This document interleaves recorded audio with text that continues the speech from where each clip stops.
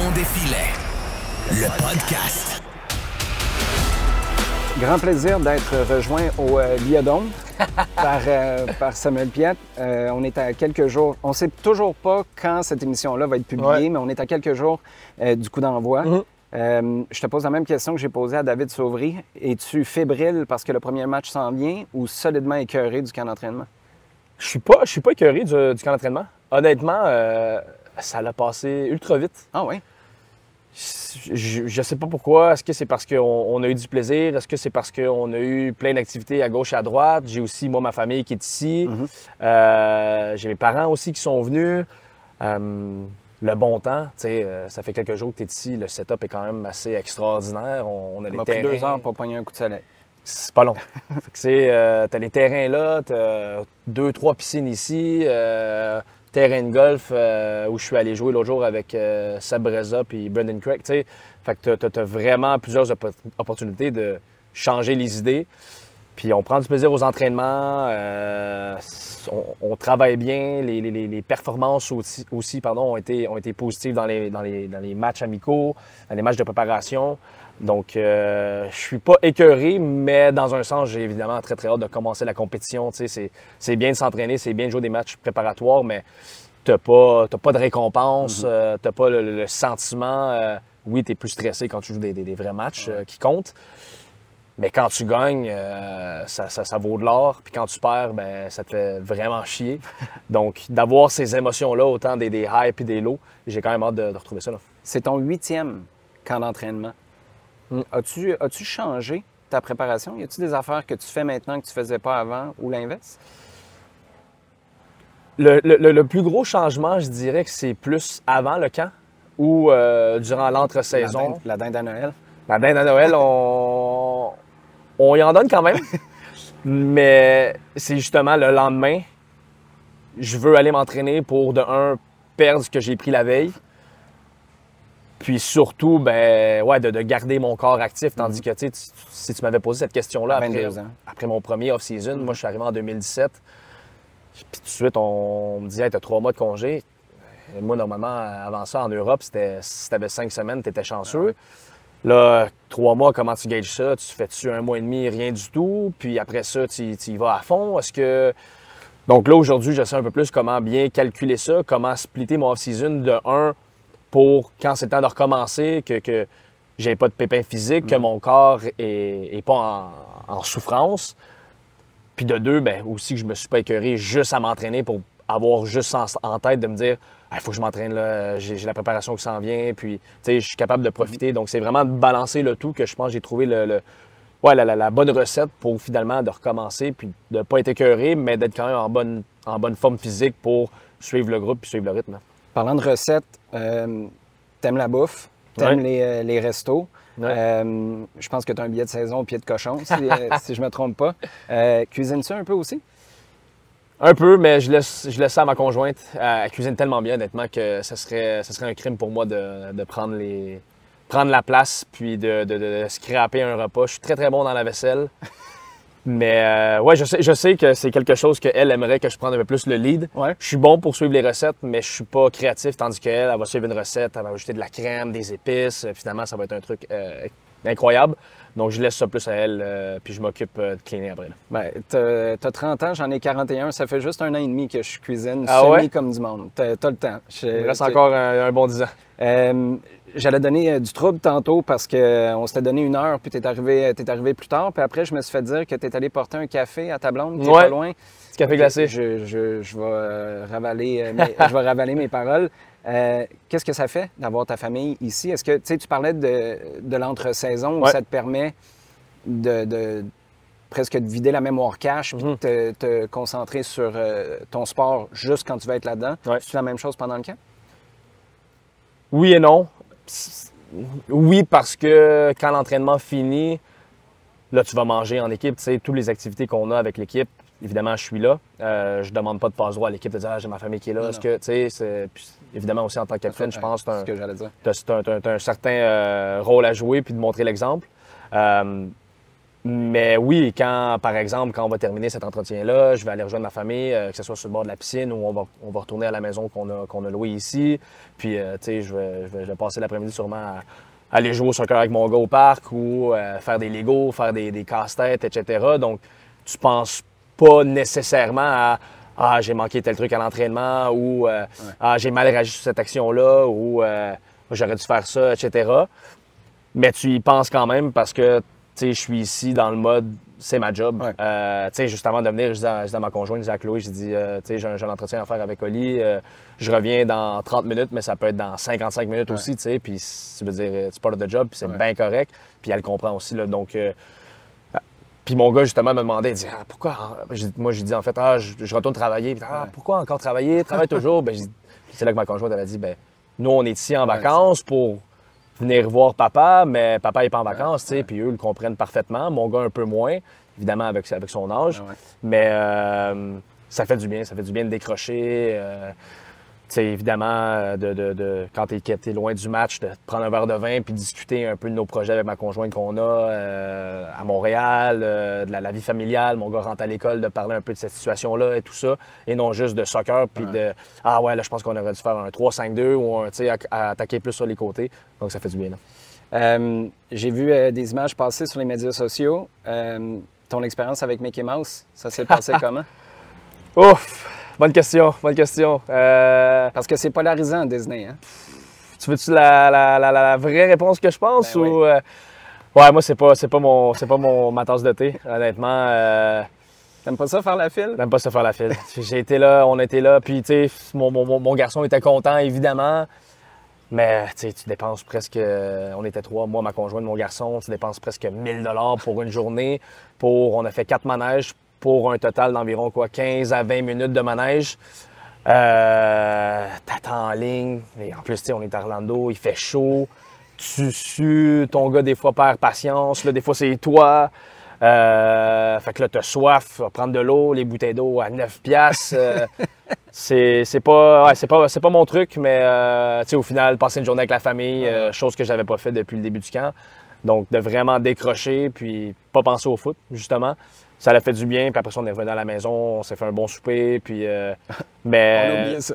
Une fois, c'est assez, puis si la famille revient l'an prochain, je pense pas qu'il va y avoir de team park comme ça, là. À quel moment dans la journée vous vous êtes dit, toi et ta blonde, « Hey, c'est pas loin d'un voyage dans le sud » ?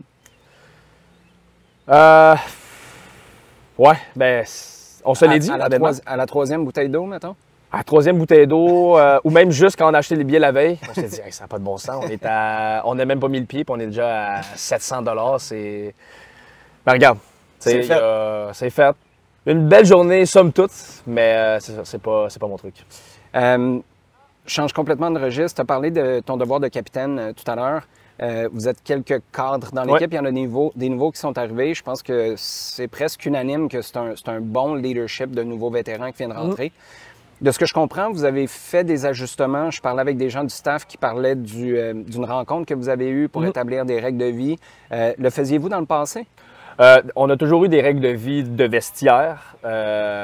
Donc, tu sais, des fines qu'on appelle un fine system où si tu arrives en retard pour le report time au centre d'entraînement, nous, c'est 9 h. Si tu arrives à 9h01, ben, tu as une amende à payer. Des trucs du genre, c'est sûr que tu en as qui sont minimes. C'est juste pour dire, hey, soit à l'heure, soit à ton affaire. Puis tu en as des plus grosses que, comme si tu manques un entraînement, ben ça, tu sais, pay up. Mais maintenant, on a instauré avec le club, avec le président, des sanctions qui viennent, que moi j'appelle, qui viennent de l'institution, qui viennent du club. Donc, si jamais, des trucs plus graves, évidemment, tu sais, parce que le club est quand même strict sur certaines choses, que ce soit, justement, tu manques un entraînement, tu as une dispo média, puis tu dis que tu vas être là, puis finalement, à la dernière minute, tu envoies le message « Ah, je peux pas la faire. » Non, ça marche pas comme ça. Un truc communautaire, promotionnel.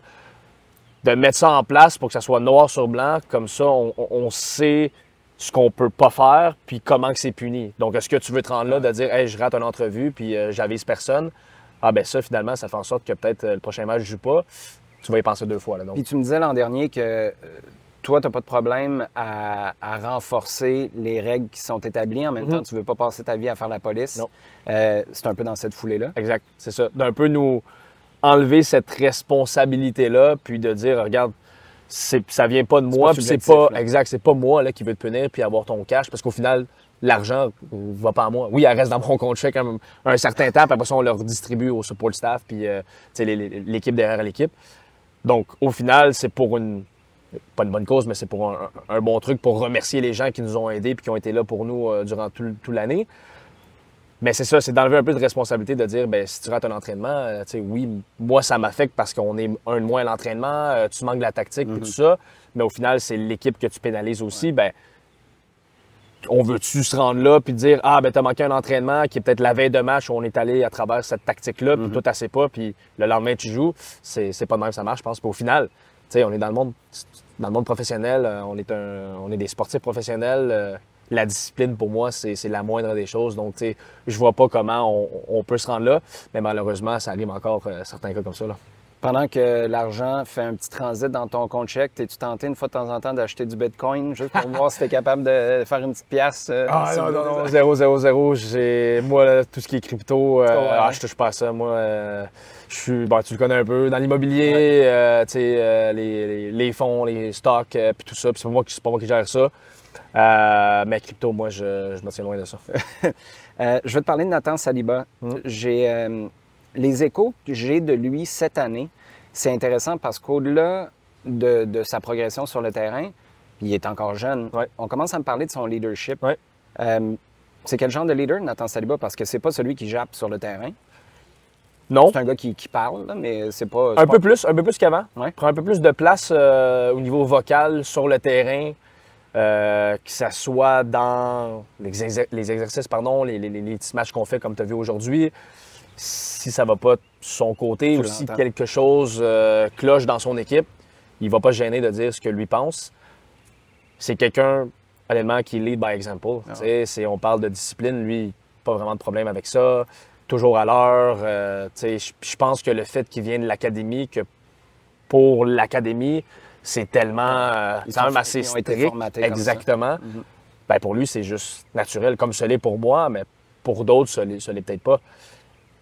Puis aussi, ben, c'est un leader, je pense, par sa qualité, par ses actions sur le terrain. C'est un joueur important pour le club, niveau communauté et tout ça, mais c'est un joueur important pour notre équipe. On a joué beaucoup l'an dernier ensemble, en double pivot surtout. Nathan, c'est pas un 6 pur, c'est pas un 10 pur non plus. Moi, je trouve que c'est un joueur très hybride qui peut évoluer un peu plus haut sur le terrain, mais si tu le mets en 6, peut faire le boulot. Pendant certains matchs, je parle seul, mais c'est quelqu'un qui aime se projeter vers l'avant. Il est très, très mature dans son jeu, avec ses qualités aussi techniques.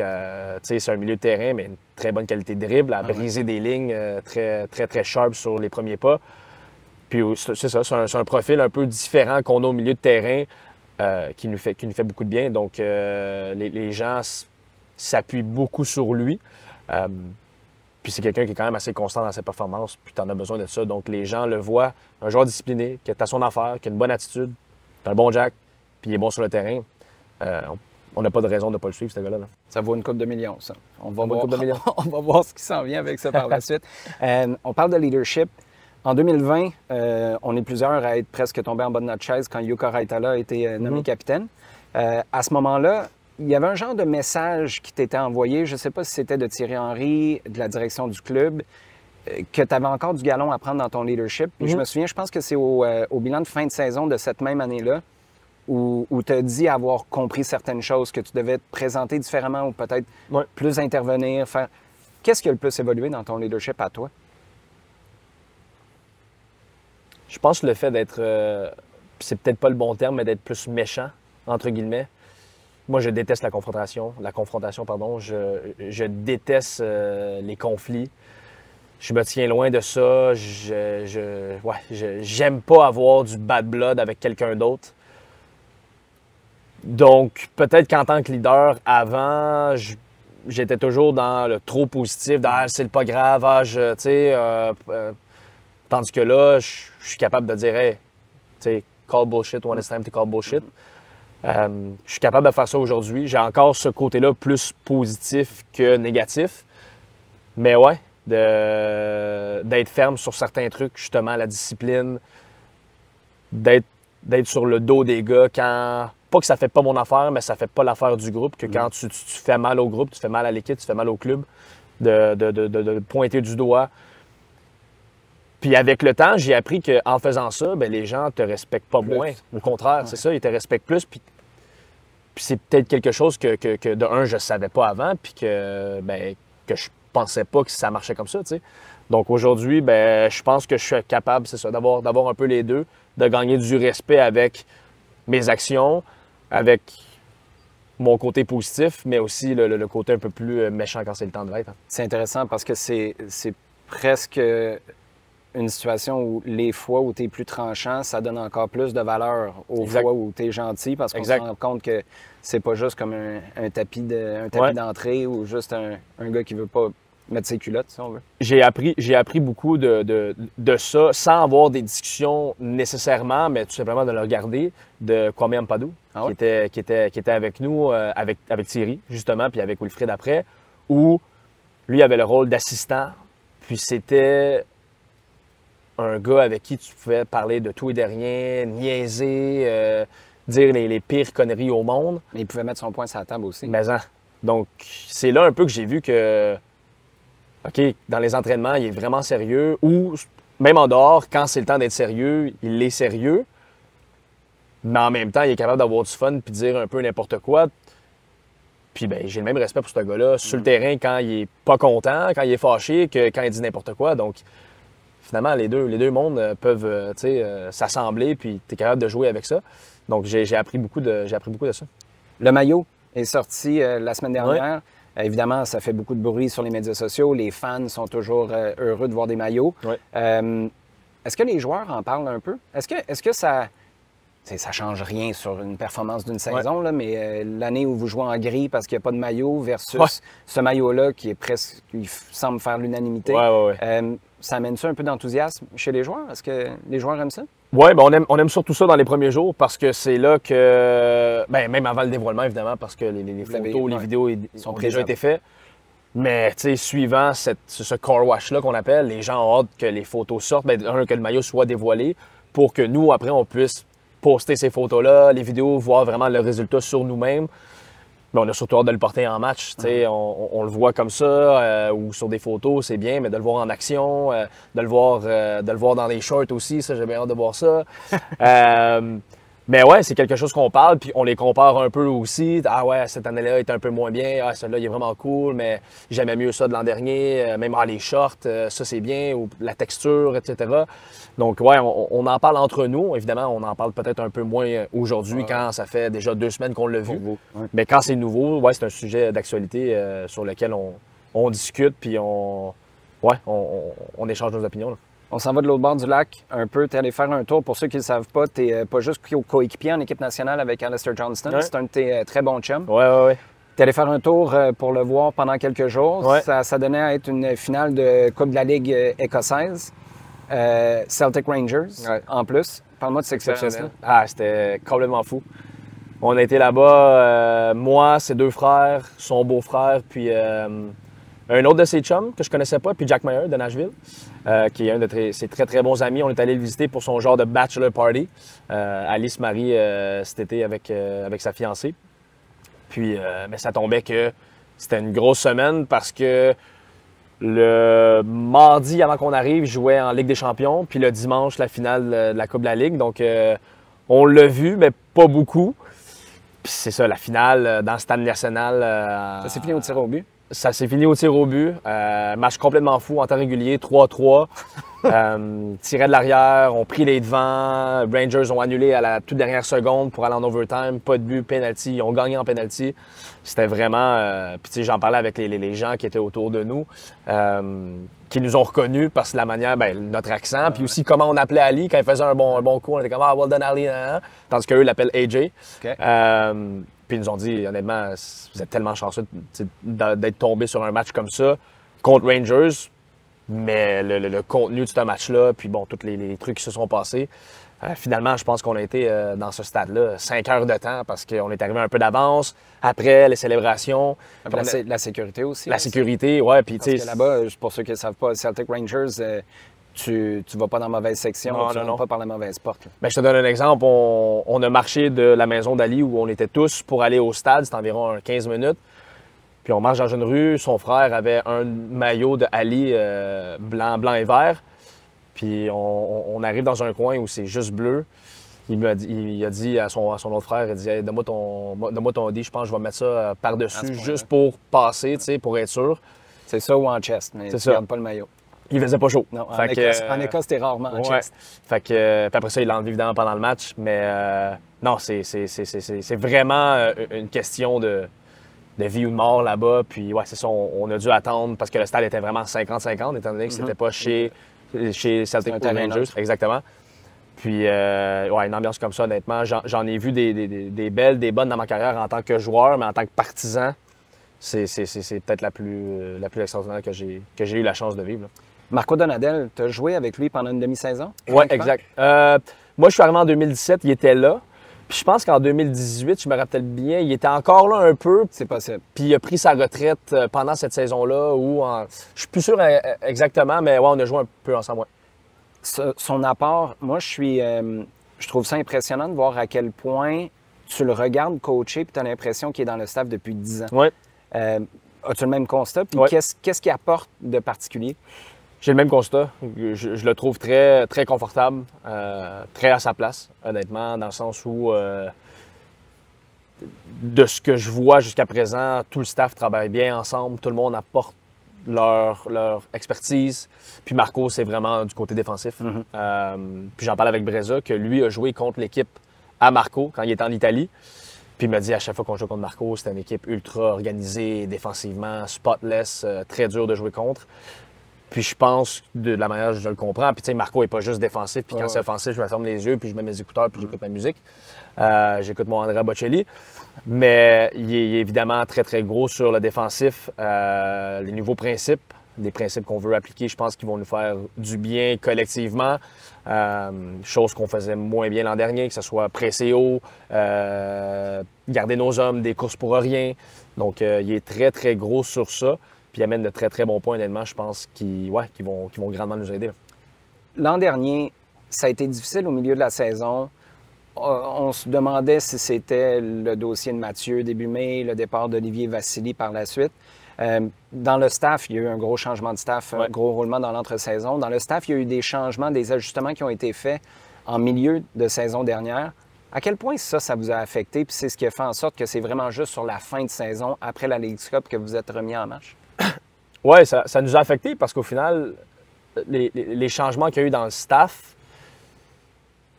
je veux dire, quand le staff est un peu mêlé, un peu, pas désorganisé, mais que là, les rôles.